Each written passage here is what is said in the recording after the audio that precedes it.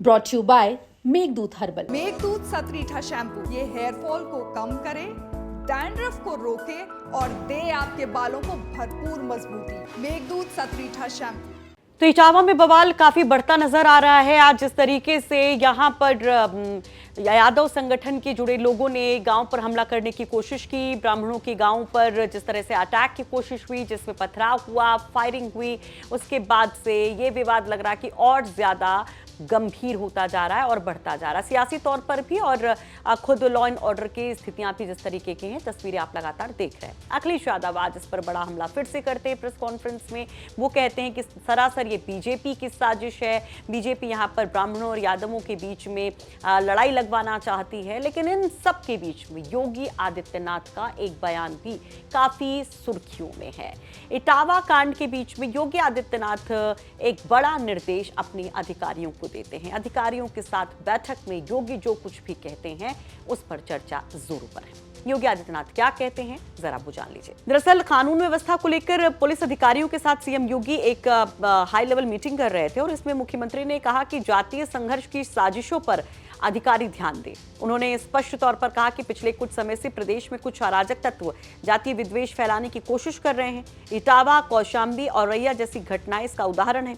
मुख्यमंत्री ने कहा कि ऐसी गतिविधियां न केवल प्रदेश की छवि को खराब करती हैं, बल्कि सामाजिक ताने बाने के लिए भी खतरा है। यहाँ पर योगी आदित्यनाथ अपने अधिकारियों को निर्देशित भी करते हैं और कहते हैं कि जो भी इस तरह की घटनाएं हैं उनका जल्द से जल्द खुलासा किया जाए और जो भी दोषी हो उसके खिलाफ सख्त कार्रवाई की जाए, ताकि ये एक नजीर बन सके।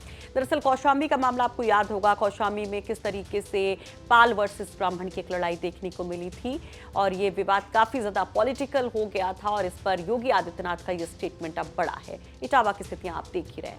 अब जिस तरह से सीएम योगी ने इस पूरे विवाद के बीच में ये स्टेटमेंट दिया है, उस पर आप क्या कहेंगे? कमेंट बॉक्स में अपनी राय जरूर रखिए और चलते चलते अखिलेश यादव की इस घटना पर 2 बयान जरूर सुनते जाइए। इस सरकार में बैठे लोग लगातार अन्याय करा रहे हैं। वो प्रभुत्ववादी लोग, वर्चस्ववादी लोग, प्रभुत्ववादी लोग लगातार पीडीए परिवार के लोगों को डरा रहे हैं, धमका रहे हैं, अपमानित कर रहे हैं। सोचने का सवाल यह है, भागवत कथा सबके लिए है, भागवत कथा सबके लिए है। जब सब सुन सकते हैं तो सब बोल क्यों नहीं सकते? भागवत कथा सबके लिए है, सब सुन सकते हैं तो भगवान कृष्ण से जुड़ी है। अगर सच्चे कृष्ण भक्तों को ही भागवत कथा कहने से रोका जाएगा तो कोई ये अपमान क्यों सहेगा? क्यों सहेगा कोई अपमान? कई बार बीजेपी वाले, क्योंकि बीजेपी वाले बैकफुट पे चले गए, बीजेपी वाले ही किसी न किसी को आगे करेंगे। और मुझे अगर नाम बता दोगे किन लोगों ने अटैक किया, पता कर लेंगे तो आपको भी थोड़ा क्लियर हो जाएगा, हमें भी क्लियर हो जाएगा कि कौन लोग शामिल है उसमें।